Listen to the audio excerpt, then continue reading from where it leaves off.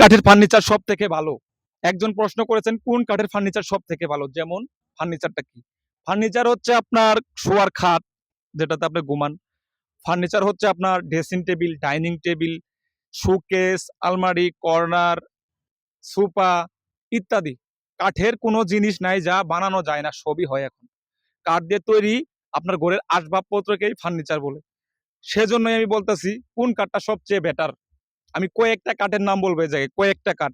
শুধু একটা কাঠকে আমি মানে বলে বাকি কাঠকে আমি ছোট করে বলতে পারবো না বা দেখতে পারবো না। আমার পছন্দের কয়েকটা কাঠ আমি এই ভিডিওতে শেয়ার করবো। ভালো লাগলে দেখবেন এবং লাইক কমেন্ট শেয়ার করবেন। প্রথম কাঠ সেগুন কাঠ।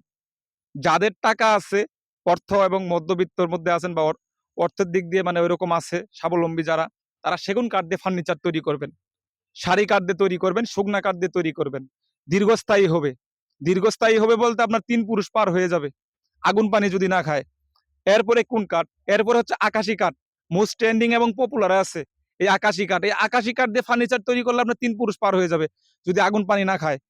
এবং যে বার্নিশের কোয়ালিটি, সেগুন কাঠের যেরকম কোয়ালিটি আসে আকাশিরও সেমই আসে, তবে কালারটা ভিন্ন।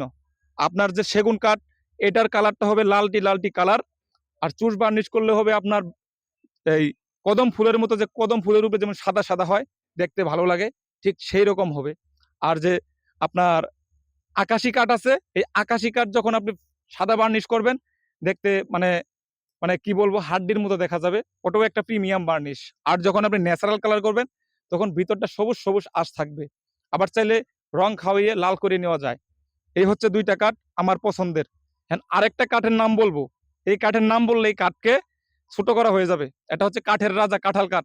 সম্পূর্ণ সারি কাঠ দিয়ে, কাঁঠাল কাঠ দিয়ে যদি ফার্নিচার তৈরি করেন, ন্যাচারাল বার্নিশ করেন, শুকনা কাঠ দিয়ে তৈরি করেন, এটাও আপনার ৩ পুরুষ পার হয়ে যাবে। কাঁঠাল কাঠ হচ্ছে মোস্ট পপুলার। এর যে চাহিদা আকাশচুম্বী, এর চাহিদা অনুযায়ী কাঠ আমাদের দেশে নাই। যার কারণে এই কাঁঠাল কাঠ দিয়ে এখন ফার্নিচার আর আগের মতো বানানো যায় না। এই কাঠের দামও বেশি, এই কাঠের মানও বেশি।